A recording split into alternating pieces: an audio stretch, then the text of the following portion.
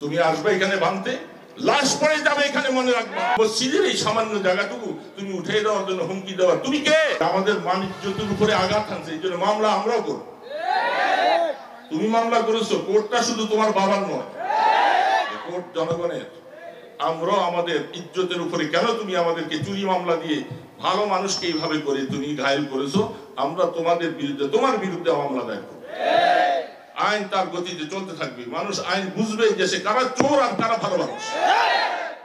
যারা কোটি কোটি টাকা চুরি করে করে আত্মসাৎ করে দেশের বিভিন্ন জায়গার মধ্যে বসে আছো, পৌরসভার কোটি টাকা তোমরা চুরি করো, বিভিন্ন জায়গায় অবৈধভাবে তোমরা করো, বিভিন্ন ওয়ালাদেরকে নিজেদের পছন্দের লোকগুলাকে তোমার বাড়ির ভাড়াটিয়া বানাও, বহু মানুষ তারা চাইও পায় না, তুমি সেইভাবে চুরি করতো।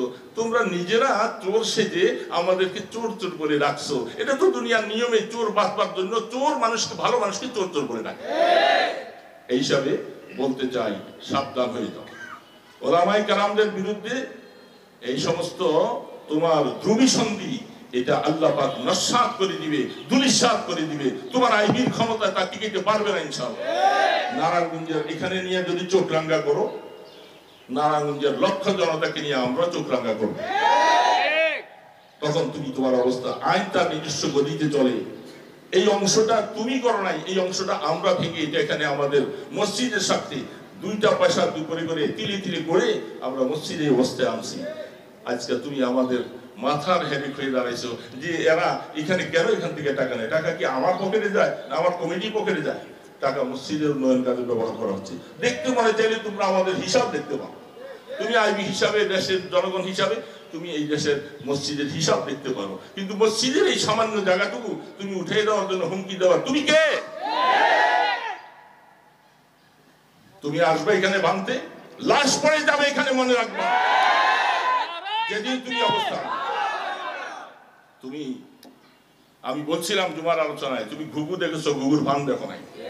তুমি সেই রাস্তায় হাঁটতে শুরু করেছো, তোমার পথে তুমি কাজ করতেছো, আমাদেরকে আমাদের কাজ করতে দাও। তুমি এখন এসে যখন আমার ঘাড়ে চাপা দিয়া আমার মাথায় তুমি বসতে শুরু করছো, আমরা জীবন থাকতে তোমাকে ছেড়ে দেবো না।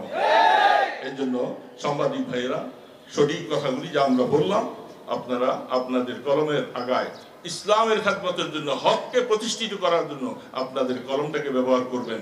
ইনশাআল্লাহ এর বিনিময়ে আল্লাহ আপনাদেরকে উভয় কালের কল্যাণ দান করবেন। এখানে এই চারুকলাকে কেন্দ্র করে এখানে নারী পুরুষদের অবাধ মিলামিশা ইত্যাদি যা শুরু হচ্ছে, যা আশপাশে 5-6টা মসজিদের মাঝখানে, এইটা নারায়ণগঞ্জবাসী কোনোভাবেই সহ্য করবে না।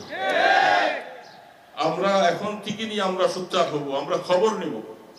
এখানে এই ধরনের কিছু কিছু দুর্নীতি আর এই সমস্ত জেনা, ব্যভিচার, পতিতাবৃত্তি এখানে চলবে, আর নারায়ণগঞ্জের মানুষ ঘুমিয়ে থাকবে, আর আমরা পাশে ঘুমিয়ে থাকবো, তা কোনদিন হতে দেব না।